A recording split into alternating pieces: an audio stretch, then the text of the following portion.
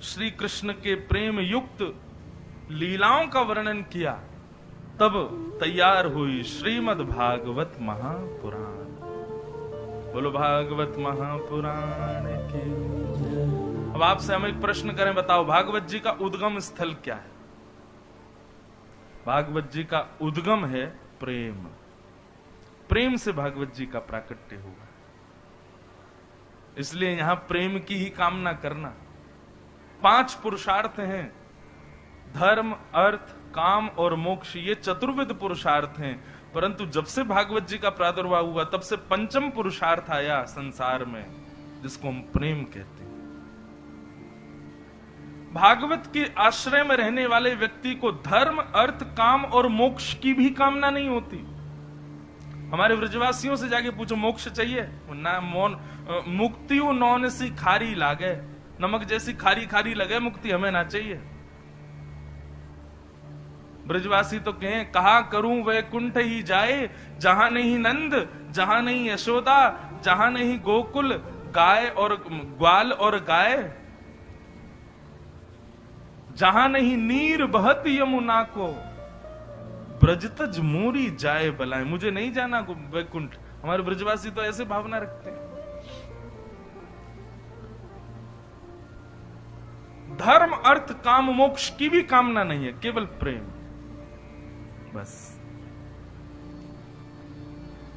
ऐसे प्रेम प्रधान ग्रंथ श्रीमद् भागवत की रचना वेद व्यास जी ने की और अपने पुत्र सुखदेव जी को प्रदान की। सुखदेव जी ने यही भागवत की कथा सबसे पहले परीक्षित को सुनाई। सौनकादि ऋषियों ने प्रश्न किया, महाराज जी परीक्षित कौन है? कृपा कर इनके बारे में हमें आप बतलाइए। तब श्री भागवत में महाभारत का अंश सुनाया गया कि यदा मृधे कौरव संजयानां वीरस्वथो वीरगतं गतेषु ब्रकोदरावेद गदा विमर्श भृगनोरुदण्डे धृतराष्ट्रपुत्रे। महाभारत का युद्ध अपने अंतिम समय पर चल रहा था। परीक्षित कौन है, उनके बारे में समझो। और उस महाभारत के अंतिम समय में दुर्योधन की जंघा तोड़ करके भीम ने युद्ध जीत लिया और युद्ध जीत गए पांडव। पांडवों के पक्ष में जैसे युद्ध गया, सब लोग नाचने लगे, गाने लगे। परंतु दुर्योधन बदले की आग में जल रहा था। मैं देख लूंगा। ये बंधुओं एक प्रकार से अज्ञानी व्यक्ति का लक्षण होता है। उसने मेरे साथ ऐसा किया तो वो बचेगा नहीं मेरे से। देखना मैं क्या करता हूं। आप कहोगे तो महाराज जी कोई हमारे संग गलत करे तो हम क्या करें?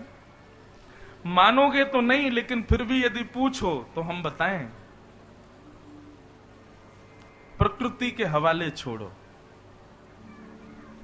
कर्मन की गति न्यारी भैया। आप जितना दंड उसको देंगे ना उसकी करने का, उससे दुगुना दंड उसको प्रकृति देगी। इसलिए प्रकृति के हवाले छोड़ो, आप उसको दंडित मत कीजिए। तो क्या करें? क्षमा। मन में विचार करना बंधुओं, कभी हम लोग बिहारी जी का दर्शन करने जाते हैं, पर क्या वास्तव में बिहारी जी के मंदिर में खड़े होकर सोचना हम योग्य हैं उनके सामने खड़े होने के? हम अपने पूरे जीवन पर दृष्टि डालें, हमने क्या क्या किया। हमने हर वो काम किया जो ठाकुर जी को पसंद नहीं है। हमने हर वो क्रिया की है जो ठाकुर जी को प्रिय नहीं है। फिर भी उनकी कितनी कृपा की वो हमको अपने सामने खड़ा कर देते हैं, हमें अपने सामने खड़े करने के लिए आज्ञा दे देते हैं, हमारे लिए खड़े रहते हैं दर्शन के लिए। क्यों? क्योंकि ठाकुर जी का स्वभाव है क्षमा करने का। सब कुछ क्षमा करते हैं, पर हम में ये गुण नहीं है। हमको तो बदला लेना है। किसी ने हमारे साथ गलत किया तो ये बचेगा नहीं, इसको देखना, मैं अभी अपनी ताकत दिखाता हूं। ये बदला लेने वाली मनस्थिति जिनकी होती है, वास्तव में वो अज्ञानी होते हैं। व्यक्ति को प्रकृति पर छोड़ो, समय आने पर प्रकृति ऐसा बदला लेगी उसके क्रिया का जो आप सोच भी नहीं सकते। परंतु व्यक्ति क्या करता है, गलती खुद बदला ले लेता है, तो प्रकृति कहती है अब तूने ले ही लिया तो फिर हम क्यों लें। कथाएं बहुत हैं इस प्रसंग के लिए मेरे पास, मैं सोच रहा हूं कौन सी सुनाऊं।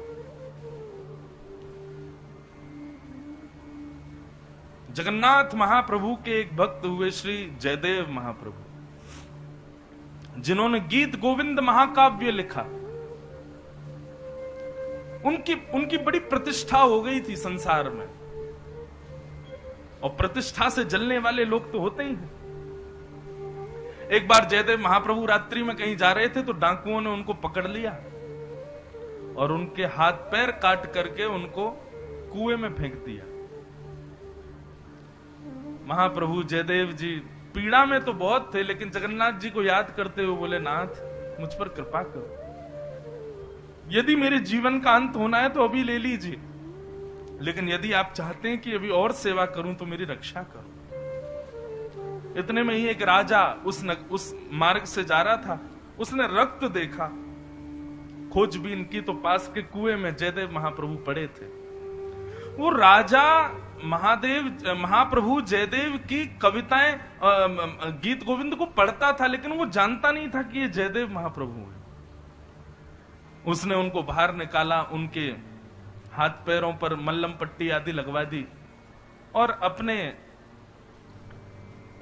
राजगुरु के रूप में उनको व्यवस्थित कर दिया और कहा, गुरुदेव आज्ञा कीजिए मैं क्या करूं। तो उन्होंने कहा, हमारी एक बात मानो, रोज तुम ब्राह्मणों को दान किया करो, मुंह मांगा दान। तो राजा के यहां पर ब्राह्मण आते, जो मांगते राजा उनको देता। ये बात उन चोरों को, उन डाकुओं को पता चली जिन्होंने जयदेव महाप्रभु के हाथ पैर काट दिए थे कि एक राजा है, वो ब्राह्मणों को मुंह मांगा वस्तु देता है, क्यों ना हम ब्राह्मण बन के चलें। और चौड़ी चोटी रख करके, त्रिपुंड आदि लगा करके, ब्राह्मण वेश धारण करके वही डाकू पहुंच गए राजा के यहाँ। जैसे ही राजा के यहाँ पहुंचे, उन्होंने राजा के बगल के सिंहासन पर जब जयदेव महाप्रभु को देखा, बोले ओहो गलत जगह आ गए, ये तो वही है जिनके हाथ पैर हमने काटे थे, लौट चलो वापस। वो जैसे ही वापस जाने लगे तो महाप्रभु जयदेव जी ने उनको देख लिया, बोले अरे अरे अरे अरे रोको रोको रोको, इनको रोको। डाकू बोले, आज तो हमारी मृत्यु है, ये राजा को सब सच बता देंगे और हमारी मृत्यु हो जाएगी। राजा ने कहा, भगवान ये कौन है? बोले, अरे भैया ये हमारे बड़े गुरु भाई हैं, हम लोग संग में ही एक विद्यालय में पढ़े हैं, इनकी बड़ी कृपा, बड़ा अनुग्रह है हमारे ऊपर। राजा ये जो मांगे इनको दुगना दुगना देना। डाकू सोचने लगे, हमने इनके हाथ पैर काट दिए थे, तो ये हमको दुगनी दक्षिणा दिलवा रहे हैं। राजा बोला, आप मेरे गुरुदेव के बड़े गुरु भाई हैं, भाई चरण धो इनके। चरण धोए महाराज, उनको खूब सारे आभूषण दिए, बताइए आपको क्या दें, और जो मांगा सब दुगना दुगना दिया। महाप्रभु जयदेव जी बोले, अब इनको ससम्मान इनके स्थान तक पहुंचा के आओ। इतने पर भी उन डाकुओं का हृदय नहीं बदला। हमने क्या किया इनके साथ और ये क्या कर रहे हैं हमारे साथ, अब तो सुधर जाते, लेकिन नहीं। बंधुओं, स्वभाव ना इतनी जल्दी सुधरता नहीं मानव का। व्यक्ति की इच्छाओं में कटौती हो जाती है, व्यक्ति के स्थिति में परिवर्तन आ जाता है, लेकिन स्वभाव बदलना बड़ा मुश्किल होता है। सत्संग जिसने किया होगा स्वभाव उसी का बदलेगा। वे तो और फूल गए, बोले कि हम बड़े गुरु भाई हैं इनके। सैनिक उनको छोड़ने के लिए जाने लगे तो एक सैनिक ने पूछा, बोले हमारे राजा के दरबार में इतना सम्मान किसी का नहीं हुआ जितना आपका हुआ। भैया आपका इतना सम्मान गुरुदेव ने करवाया, आप उनको कैसे जानते, थोड़ा बताइए ना अपने बारे में। तो डाकू झूठ बोलने लगे और बोलते हुए क्या बोले, बोले ये जो तुम्हारे यहाँ राजगुरु बन के बैठे बिना हाथ पैरों के, बोले हाँ, ये हमारे साथ गुरुकुल में पढ़ते थे, इन्होंने एक बार गुरुजी के यहाँ चोरी की थी और उस चोरी में ये पकड़े गए तो गुरुजी ने हमको आज्ञा की कि इसको जान से मार दो, परंतु हमने इस पर दया करके इसको जान से ना मार के इसके हाथ पैर काट के इसको कुएं में फेंक दिया। झूठ बोलने लगे और जैसे ही उन्होंने कहा कि हमने हाथ पैर काट के कुएं में फेंक दिया, आज्ञा तो जान से मारने की थी, इतने में ही महाराज बादल गरजने लगे, पृथ्वी डामाडोल होने लगी, धरती फट गई और वो चारों उसमें समा गए।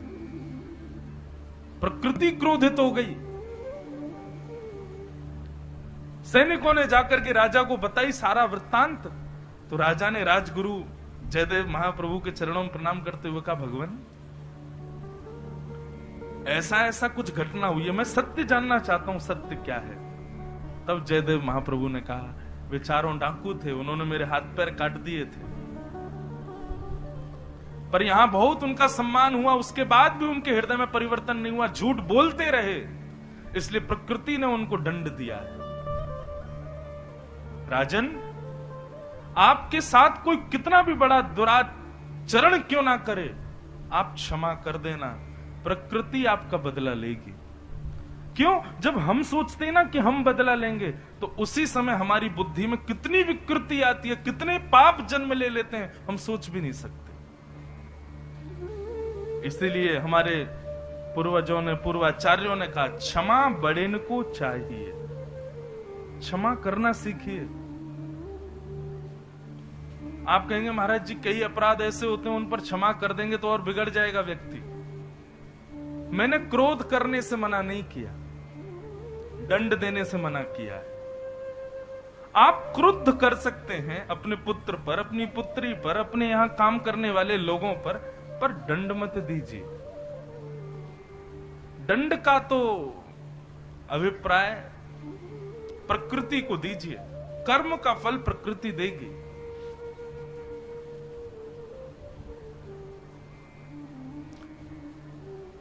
दुर्योधन सोचने लगा, पांडवों को छोड़ूंगा नहीं, इन्होंने जो मेरे साथ किया, यदि मैं इंद्रप्रस्थ की गद्दी पर नहीं बैठ पाया तो एक भी पांडव नहीं बैठ पाएगा। और गुरुपुत्र अश्वत्थामा को आज्ञा कर दी, जाओ पांचों पांडवों को रात्रि में सोते हुए मार दो। अश्वत्थामा मारने के लिए जाने लगे, पर जाको राखे साइया मार सके ना कोई, बाल ना बांका कर सके जो जग बैरी हो। गोस्वामी तुलसीदास जी महाराज जब उन्होंने रामचरितमानस लिखी ना, तो इतनी ख्याति हो गई रामचरितमानस की। काशी में एक ब्राह्मण रहता था, वो बड़ा चिढ़ता था उनसे। उसने बहुत सारा धन देकर के 2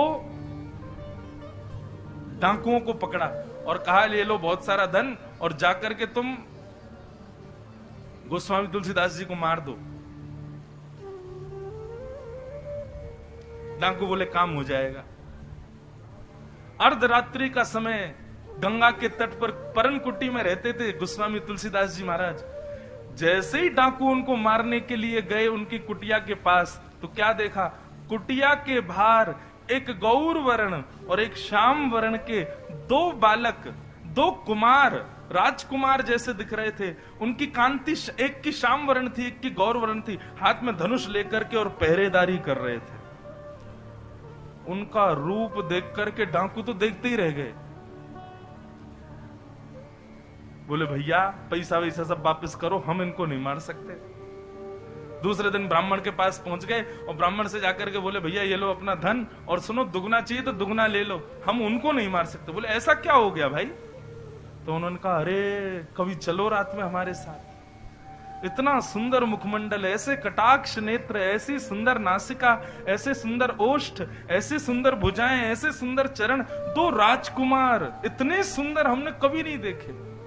गोस्वामी जी की पहरेदारी कर रहे थे रात्रि में। और ऐसा कहकर के डाकू गोस्वामी जी के पास ही चले गए। गोस्वामी जी से जाके बोले, भगवान हमको क्षमा कर दो। बोले क्या है बात को भैया, तुमने ऐसा क्या किया? बोले हम रात में आपको मारने आए थे। गोस्वामी जी बोले तो फिर मारा क्यों नहीं? बोले हम कैसे बताएं, वो 2 राजकुमार कहाँ हैं जो आपकी पहरेदारी करते हैं? गोस्वामी जी बोले कौन से पहरेदार? और जब रूप की कांति का वर्णन किया ना, गोस्वामी जी के नेत्र सजल हो, डाकुओं को हृदय से लगा लिया। बोले तुम बड़े भाग्यशाली हो। बोले क्यों? बोले द्वार पर कोई राजकुमार नहीं था, कोई पहरेदार नहीं था, साक्षात रघुनाथ जी और लखन भैया पहरेदारी कर रहे थे। तुम भाग्यशाली हो, तुमने उनका दर्शन किया। नमे भक्त्या प्रणश्यति, ठाकुर जी जिसकी रक्षा करते हैं उसका कोई बाल बांका नहीं कर सकता। कभी कभी मन में आता पांडव कितने भाग्यशाली थे, भगवान छाया की तरह रहते थे पांडवों के साथ। भगवान कुछ नहीं करें तो जब दोबारा द्वापर आएगा और फिर से कृष्ण लीला हो तो कम से कम पांडवों के यहां ही भेज दें हमको। ठाकुर जी कैसे उनके साथ रहते हैं, अद्भुत। पांचों पांडवों को लेकर के भगवान अन्यत्र कहीं चले गए, पर द्रौपदी के 5 पुत्र सोते रह गए और अश्वत्थामा ने अंधेरे में उन 5 पुत्रों को मार दिया। प्रातःकाल होते ही जैसे ही देखा द्रौपदी के 5 पुत्र मरे पड़े हैं, क्रोध में भर गया अर्जुन, जीवित नहीं छोड़ूंगा हत्यारे को। प्रतिज्ञा ले ली, जिसने भी 5 बालकों को मारा है, द्रौपदी तुम रोना नहीं, उसके रक्त से तुम्हारे केशों को रंग दूंगा मैं। भगवान बार बार हाथ पकड़ रहे हैं अर्जुन का। अर्जुन क्रोध में निर्णय नहीं लेते। अर्जुन बोला अरे छोड़िए आप, क्रोध में निर्णय नहीं लेते, मैं बताऊंगा आज इसको, जिसने भी इन बालकों को मारा है। भगवान बोले ठीक है, तो फिर लौट के मत आइयो मेरे पास में, चल जा, अब जो करना है कर। पकड़ करके जब अश्वत्थामा को लाए, जब पता चला कि अश्वत्थामा ने किया है, अश्वत्थामा बंदी है। द्रौपदी ने पूछा किसने मारा मेरे बालकों को? अर्जुन ने बताया गुरुपुत्र अश्वत्थामा, बाहर बांध दिया है मैंने उसको, चलो तुम्हारे सामने उसका सर धड़ से अलग करूंगा। द्रौपदी ने हाथ पकड़ लिया अर्जुन का। अर्जुन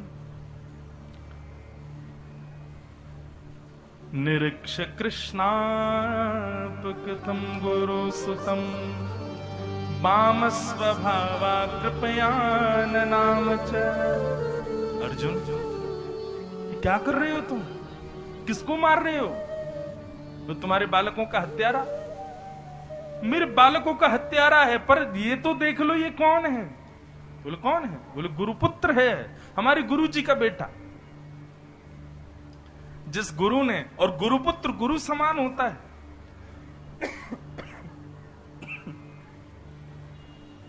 गुरुपुत्र गुरु समान होता है।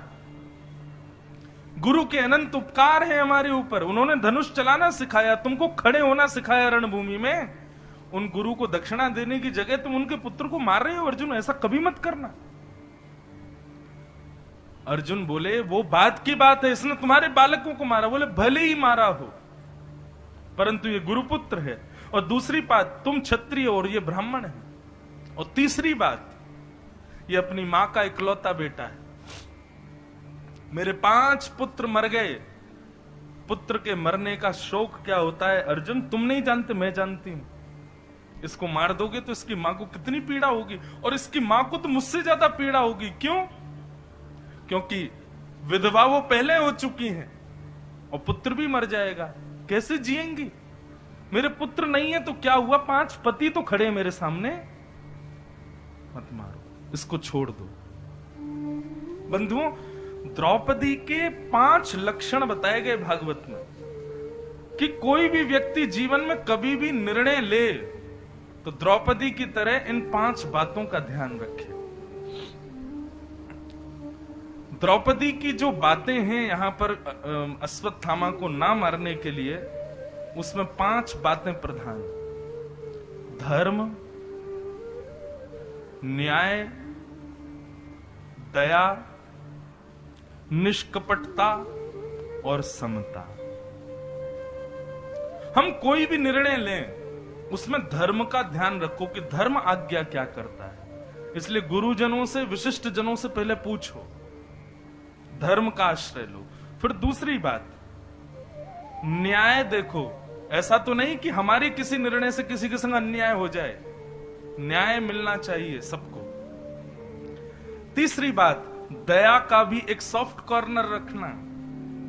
कहीं ऐसे निर्दयी राक्षस की तरह कोई निर्णय मत ले लेना, थोड़ी दया रखिएगा। चौथी बात, निष्कपटता।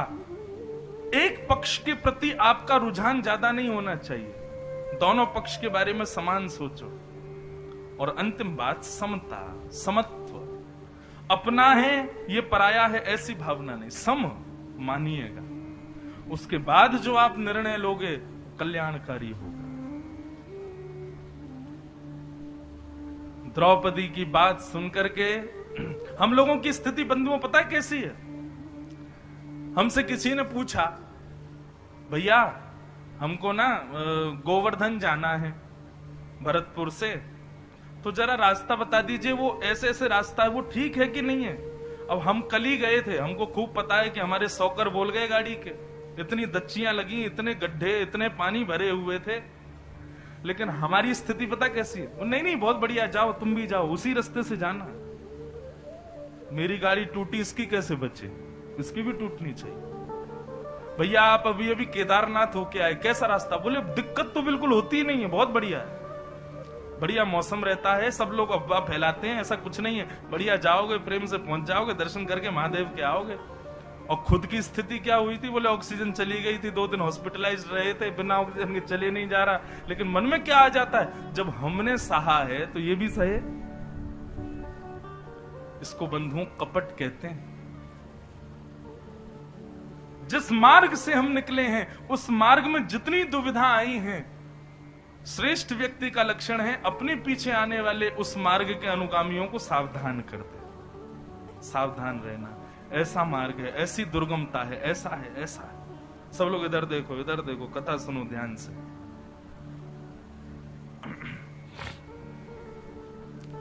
द्रौपदी कह रही है बालकों के मरने पर कितनी पीड़ा होती है एक मां को, 1000 बिच्छू डसते हैं अर्जुन, इतनी पीड़ा होती है। और मैं ऐसा कैसे कर सकती हूं कि वो पीड़ा द्रौपदी अश्वत्थामा की मां को हो? इसको मत मारो। ये बात सुनकर के सब खड़े थे, लेकिन दूर खड़े हुए द्वारिकाधीश ताली बजाने लगे। वाह, मेरी बहन है, मेरी बहन है द्रौपदी। भगवान ने ताली बजाते हुए अपना नाम दे दिया द्रौपदी को, मेरा नाम कृष्ण है, मेरी बहन का नाम कृष्णा। मैं दया का देवता हूं और ये दया की देवी है।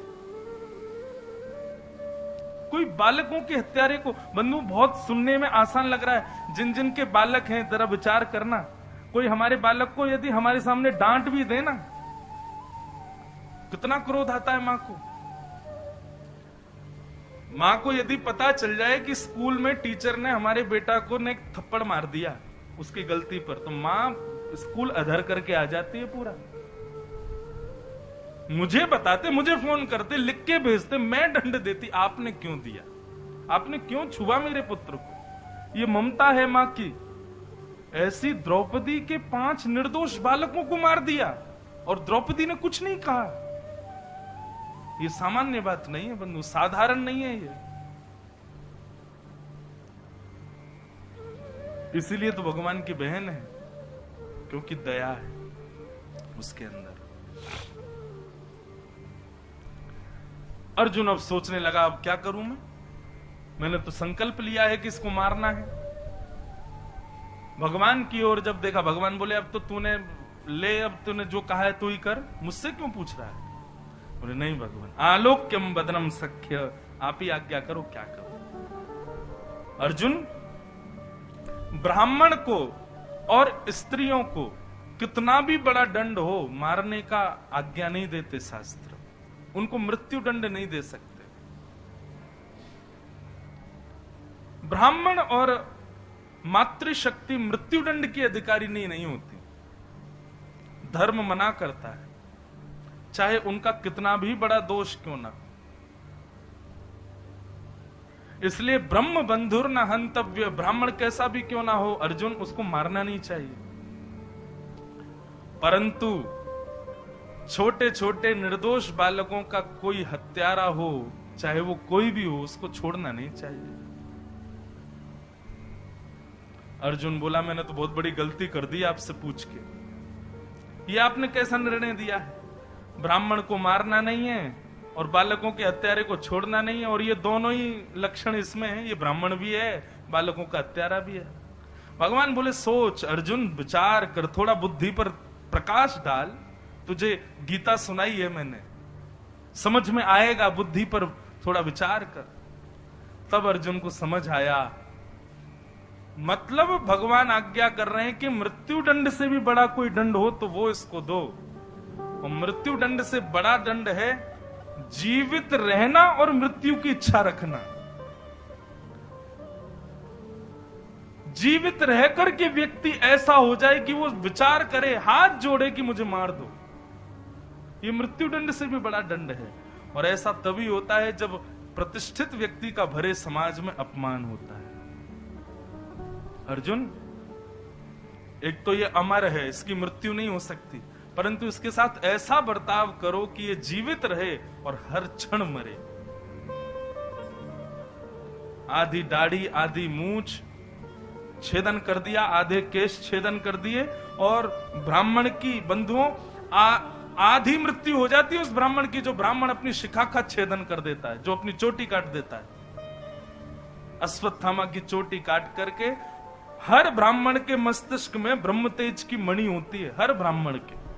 जो ब्राह्मण वेद अध्ययन नहीं करता, जो ब्राह्मण त्रिकाल संध्या नहीं करता, गायत्री उपासना नहीं करता, उसकी ब्रह्म तेज की मणि का प्रकाश नष्ट हो जाता है।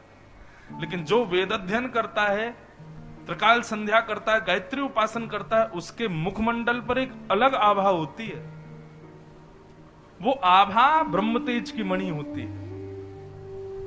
अर्जुन ने उसके मस्तिष्क का भेदन करके उस मणि को निकाल लिया, उसके ब्राह्मणत्व को छीन लिया और कहा, जाओ, छोड़ता हूं तुम्हें। अश्वत्थामा बोला, इससे बढ़िया तो मार दो। ये क्या कर रहे हो तुम मेरे साथ? बोले, नहीं, मारना ही नहीं है, ऐसे ही रहो अब तुम।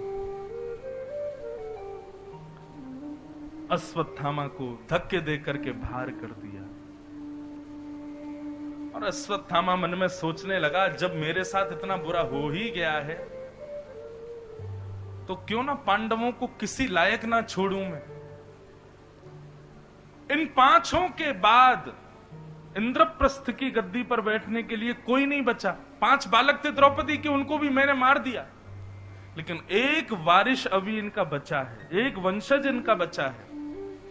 अर्जुन का बेटा अभिमन्यु, उसकी पत्नी अभी गर्भवती है, उसके गर्भ के बालक को यदि मार दिया जाए तो मेरा बदला पूर्ण होगा। और उत्तरा के गर्भ के बालक को मारने के लिए अश्वत्थामा ने ब्रह्मास्त्र छोड़ दिया। ब्रह्मास्त्र को अपनी ओर आता देख उत्तरा दौड़ी दौड़ी भगवान के पास गई। पाही पाही महायोगिन देव देव जगतपते नान्यम तद्भयं पश्ये यत्र मृत्यु परस्पर। भगवान द्वारिका जाने के लिए तैयार हो रहे थे, रथ पर बैठ रहे थे, इतने में ही उत्तरा दौड़ी दौड़ी आई और भगवान के चरणों में कहा, भगवान मेरी रक्षा करो। ठाकुर जी एक रूप से तो बाहर खड़े हैं, लेकिन दूसरे रूप से अंगुष्ठ मात्र बनकर के उत्तरा के गर्भ में प्रवेश किया और उस बालक की रक्षा की। बोलो भक्त वत्सल भगवान की।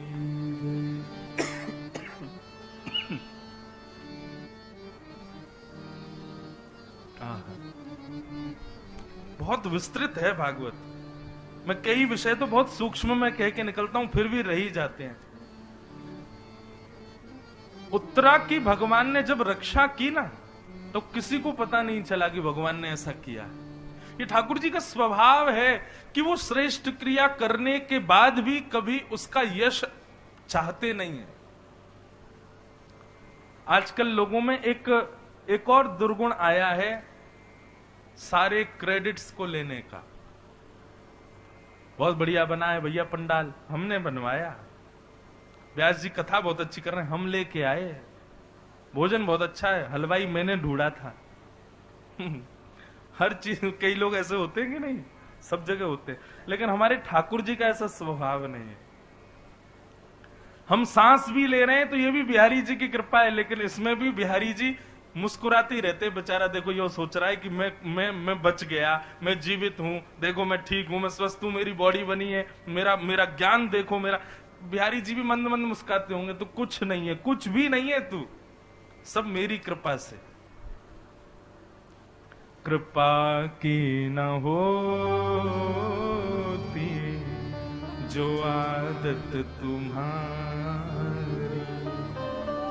तो सुनी ही रहती अदालत तुम्हारी। कृपा की न होती जो आदत तुम्हारी। उन्हीं की कृपा है कि मैं बोल रहा हूं, आप सुन रहे हैं। कथा के बाद मुझे अभिमान हो जाए कि मैंने तो कथा सुना दी।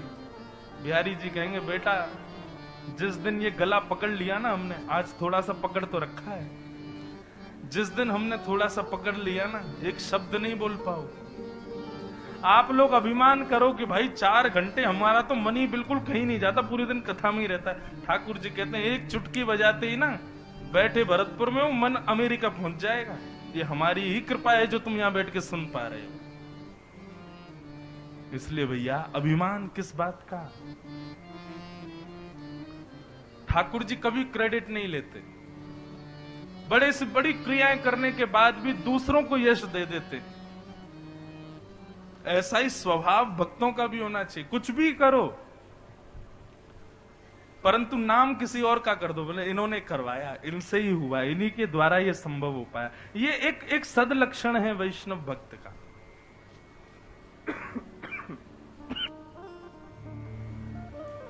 अच्छा एक बात और बताएं,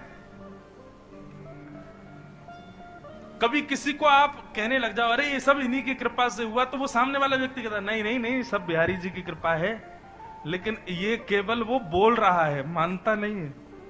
अंदर से मानता यही कि नहीं किया तो मैं नहीं है। अभिनय नाटक करता है वो व्यक्ति। भैया आपने बढ़िया ऐसा ऐसा कर दिया, बड़ी व्यवस्था, हम तो मरते मरते बचे। नहीं नहीं सब ठाकुर जी की कृपा है, लेकिन मन ही मन क्या सोच रहा है, किया तो मैं नहीं है, जीवन भर ऋणी रहेगा मेरा।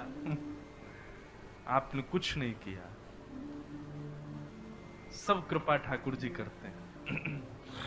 लेकिन ठाकुर जी का स्वभाव है, स्वरूप है, कभी श्रेय नहीं लेते करने का, श्रेय दूसरों को दे देते हैं।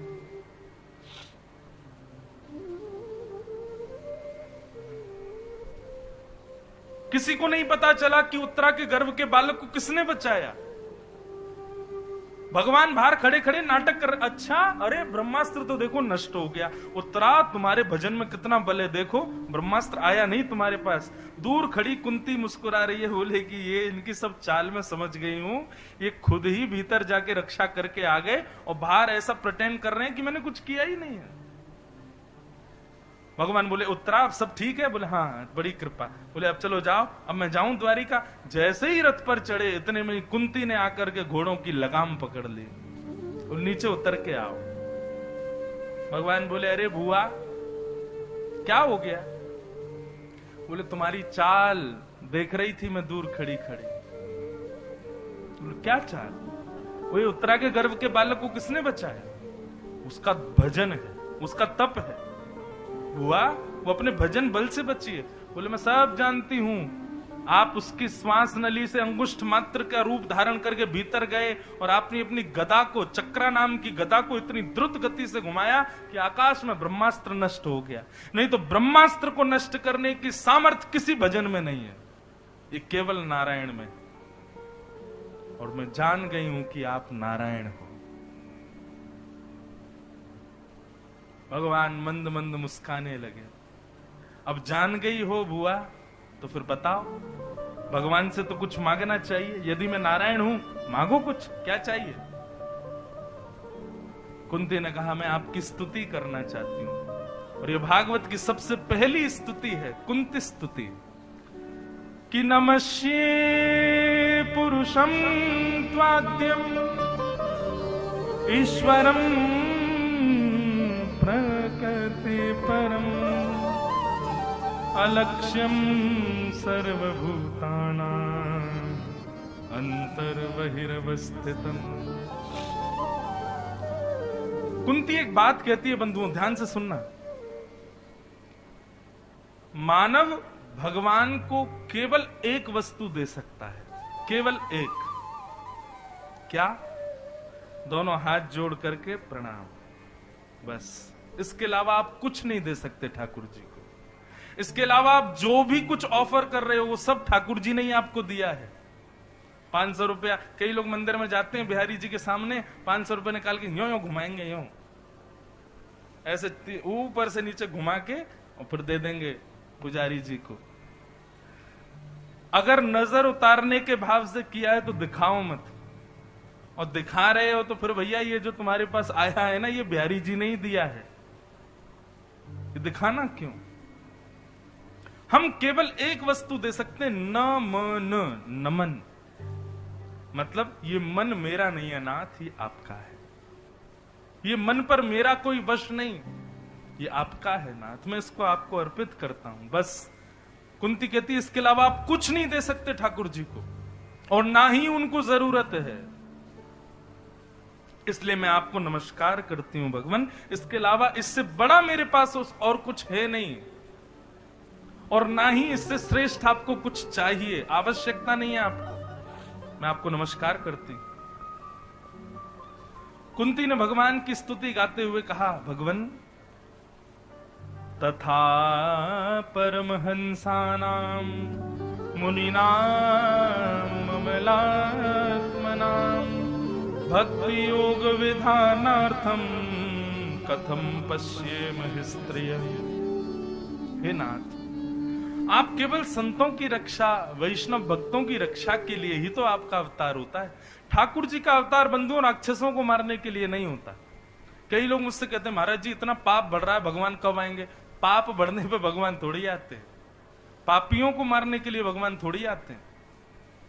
तो भरतपुर में हमारा एक घर है, बता रहा हूं, हैं तो बहुत सारे घर, लेकिन एक घर है मान लो बंद रहता है। आपने हमको आमंत्रण दिया, बोले हमारे बेटा की ब्याह है, आपको भरतपुर आना है। तो हमने सोचा भाई चलो भरतपुर में उनके बेटा के ब्याह में जाना है। लगे हाथ हमारे पूर्वजों की एक कोठी भी है, उसको साफ सफाई कर आएंगे। आने का कारण तो था आपके बेटे का ब्याह, लेकिन उसके चलते हमने क्या किया, अपनी कोठी को साफ भी कर लिया। ठीक वैसे ही ये पृथ्वी भगवान का ही घर है। ठाकुर जी रहते वैकुंठ में ही हैं, लेकिन कोई भक्त अपनी भक्ति के भाव से ठाकुर जी को पुकारता है तो ठाकुर जी आते तो उस भक्त के लिए, लेकिन मन में विचार करते हैं थोड़ी गंदगी हो गई है पृथ्वी पर, वो भी साफ करे आएंगे जाते जाते। ये कंस आदि राक्षस आदि ये हो गए, थोड़ा इनको भी निपटाए आएंगे। उनके लिए ठाकुर जी आते हैं, ऐसा नहीं। ठाकुर जी तो भक्तों के लिए आते हैं, वैष्णवों के लिए आते हैं। एक बात कहें बंधुओं, भगवान को अपने भक्त का सबसे प्रिय गुण कौन सा है? भक्त का ऐसा कौन सा गुण है जिस पर ठाकुर जी न्योछावर हो जाते हैं?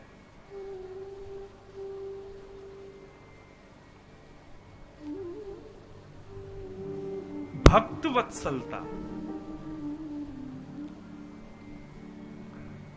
ठाकुर जी के अन्य भक्तों के प्रति प्रेम होना, किसी एक भक्त का, यह ठाकुर जी को बहुत प्रिय है। मतलब ठाकुर जी का कोई भक्त है और वो भक्त ठाकुर जी के अन्य भक्तों से और प्रीति करता है और प्रेम करता है, तो ठाकुर जी को यह गुण उसका बहुत अच्छा लगता है कि ये मेरे अन्य भक्तों से भी बड़ी प्रीति करता है। समझ में आई बात? दासानुदासो भवतास्मि भूयः, ठाकुर जी के दासों के दास बनने की रुचि रखना, ये ठाकुर जी को बहुत प्रिय है अपने भक्त के अंदर, कि इसको मुझसे ज्यादा प्रेम मेरे भक्तों से, मेरे वैष्णवों से, मेरे संतों से, मेरे कथा गाने वालों से, उनके प्रति इसकी रुचि बहुत है। ठाकुर जी को यह गुण बहुत अच्छा लगता है। ठाकुर जी से तो बहुत प्रेम है, लेकिन ठाकुर जी के भक्तों के प्रति ज्यादा रुचि नहीं है। तो ठाकुर जी उससे प्रेम करते हैं, लेकिन इतना नहीं करते। लेकिन ठाकुर जी को भी छोड़ दे भक्तों के लिए, भक्तों की सेवा में कोई कमी ना आने दे। ठाकुर जी को ये बहुत प्रिय है। एक पद है, अष्ट सखा गाते हैं। गिरधर जब अपनों कर जाने, गिरधर जब अपनों कर जाने। मुझे ये पद बहुत प्रिय है। ठाकुर जी हमको अपनाते हैं, ये हमें कैसे पता चले? इस पद में अष्ट सखाओं ने वर्णन किया। गिरधर जब अपनों कर जाने, गिरधर जब अपनों गिरधर जब अपनों कर जाने, गिरधर जब अपनों कर जाने। आको मन भक्तन की सेवा, आको मन भक्तन की सेवा, आको मन भक्तन की सेवा, आको मन भक्तन की सेवा। भक्त चरण